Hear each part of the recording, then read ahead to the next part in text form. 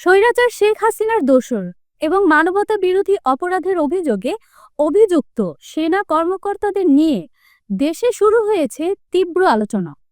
আন্তর্জাতিক অপরাধ ট্রাইব্যুনালের জারি করা গ্রেপ্তারি পরোয়ানাভুক্ত 15 জনকে ইতিমধ্যেই সেনা হেফাজতে নেওয়া হয়েছে বলে জানিয়েছেন সেনা সদর।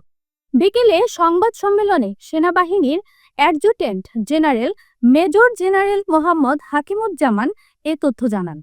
এর আগে সাবেক এবং বর্তমান 25 জন সেনা কর্মকর্তার বিরুদ্ধে গ্রেফতারি পরোয়ানা জারি করে আন্তর্জাতিক অপরাধ ট্রাইব্যুনাল, যাদের মধ্যে 9 জন অবসরপ্রাপ্ত আর বাকি 16 জনের মধ্যে একজন নিখোঁজ।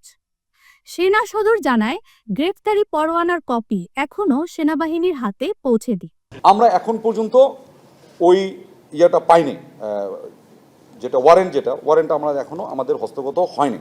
বাংলাদেশ সেনাবাহিনী সংবিধান স্বীকৃত বাংলাদেশের সকল আইনের প্রতি শ্রদ্ধাশীল। আমরা 8 তারিখেই তাদেরকে আমরা আর্মি ওন কাস্টডিতে আসার জন্য একটা অর্ডার, যেটাকে আমরা বলি অ্যাটাচমেন্ট অর্ডার, আমরা এটা দিয়েছি। বাহিনী জানায় 25 জনের মধ্যে 9 জন অবসরপ্রাপ্ত, 1 জন এলপিআর এবং 15 জন চাকরিরত। 8 অক্টোবরের পরই 15 জনকে সেনা হেফাজতে নেওয়া হয়েছে। 15 জনের মধ্যে একজনকেই শুধু মিসিং, বাকি সবাই জয়েন করেছে, এই হেফাজতে চলে আসছে। 14 জনই আমাদের সেনা হেফাজতে চলে আসছে।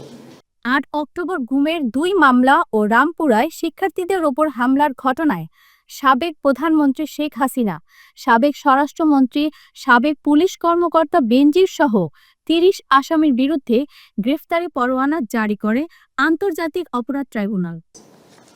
এটাকে for arm forces, specially for army যদি বলি, নেভি অফ সেম, তার জন্য এটা কিভাবে এক্সিকিউট করা হবে এটা তোমরা আমাদেরকে একটু ব্যাখ্যা করো। এর মধ্যে ডিজিএফআই এর সাবেক 5 প্রধান সহ 25 জন সেনা কর্মকর্তা রয়েছেন। দেশের ইতিহাসে চাকরিরত অবস্থায় এত সেনা কর্মকর্তার বিরুদ্ধে গ্রেপ্তারি পরোয়ানা এই প্রথম।